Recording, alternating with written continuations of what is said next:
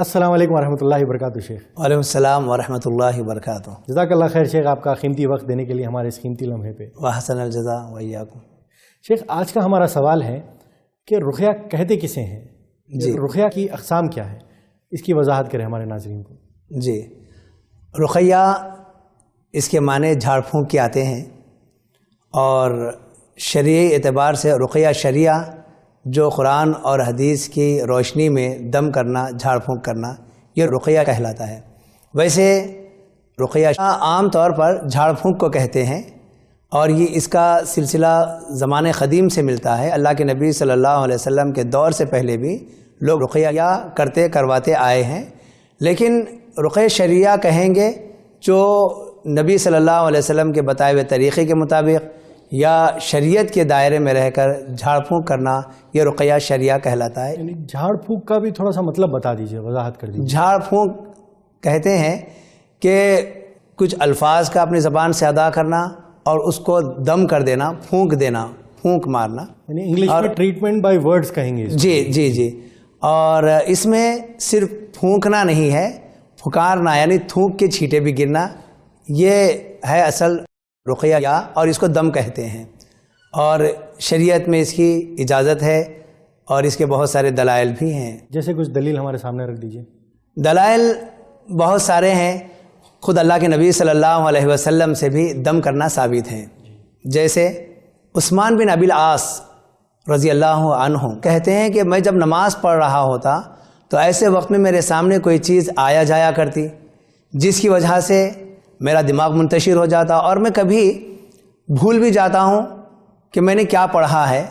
تو یہ سلسلہ میرے ساتھ جب چل رہا تھا تو میں نے سفر کا ارادہ کیا اور اللہ کے نبی صلی اللہ علیہ وسلم کی خدمت میں پہنچا۔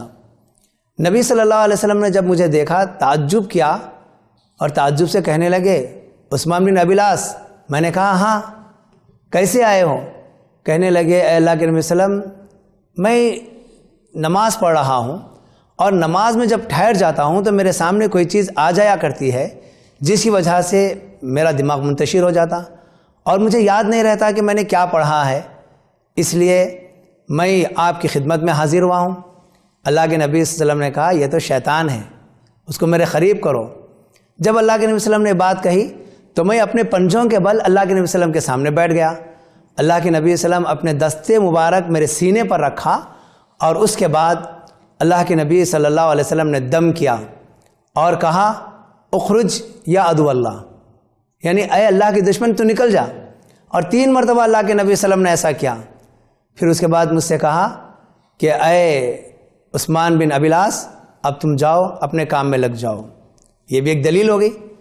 اور دوسری دلیل یعنی رسول صلی اللہ علیہ وسلم نے خود کیا ہے۔ جی، دوسری دلیل کہ ایک عورت اپنے لڑکے کو لے کر آئی ہے، اور اس لڑکے کی بیماری اللہ کے نبی صلی اللہ علیہ وسلم کے پاس پیش کی۔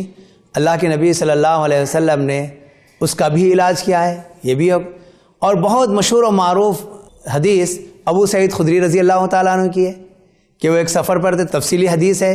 مختصراً یہ کہ وہاں کے علاقے والے ان کی مہمان نوازی بھی نہیں کیے، ان کے ساتھ کوئی اچھا سلوک بھی نہیں کیے۔ پھر اس کے بعد رات گزری کہ اسی شہر کے یا اسی علاقے کے سردار کو بچھو نے ڈس لیا۔ اب وہ دم کرنے والوں کو تلاش کرتے ہوئے مسلمانوں کے اس قافلے تک پہنچے، کہا کہ تمہارے پاس کوئی دم کرنے والا ہے؟ تو ابو سعید خدری رضی اللہ تعالیٰ عنہ نے کہا کہ میں جانتا ہوں۔ پھر ابو سعید خدری رضی اللہ تعالیٰ عنہ نے سورہ فاتحہ اس شخص پر دم کیا جس سے بچھو کا زہر زائل ہوا، یہ بھی دلیل ہے۔ پھر اس نے تحفتاً بکریاں بھی دی، وہ معاملہ اللہ کے نبی صلی اللہ علیہ وسلم کے پاس آیا، تو یہ بھی ایک مضبوط دلیل ہے۔ اس کے علاوہ اور کئی دلائل ہیں دم کرنے کے، نبی صلی اللہ علیہ وسلم سے، صحابہ اکرام سے، تابعین سے، تبع تابعین سے، ائمہ سے، سب سے دلیل ملتی ہے کہ دم کیا جا سکتا ہے، جھاڑ پھونک کیا جا سکتا ہے۔ تو یعنی مختصر انداز میں اگر جو بتائیں اگر ہم ناظرین کو کہ رقیہ جو ہے ٹریٹمنٹ بائی ورڈز ہوگا، یعنی الفاظ کے ذریعے، جی، الفاظ کے لیے علاج ہے۔ تو یہ قرآن کے الفاظ بھی ہو سکتے ہیں اور غیر قرآن کے الفاظ بھی ہو سکتے ہیں۔ جی ہاں، کوئی بھی ہو سکتے ہیں، لیکن ایک چیز یہ ہے کہ غیر قرآنی الفاظ جب آپ استعمال کریں گے، اللہ کے نبی صلی اللہ علیہ وسلم نے کہا کہ اس میں شرکی الفاظ نہ ہو، یعنی اس کے اندر جو بھی لمٹس ہے وہ مطلب لمٹ کی حد تک اس کو کر سکتے ہیں، لیکن اس میں شرکی الفاظ نہ ہو۔ اگر وہ شرکیہ الفاظ اس میں شامل ہو جائیں گے تو پھر وہ اسلام کے اندر جائز نہیں ہے۔ ہاں اسے منع کیا گیا ہے.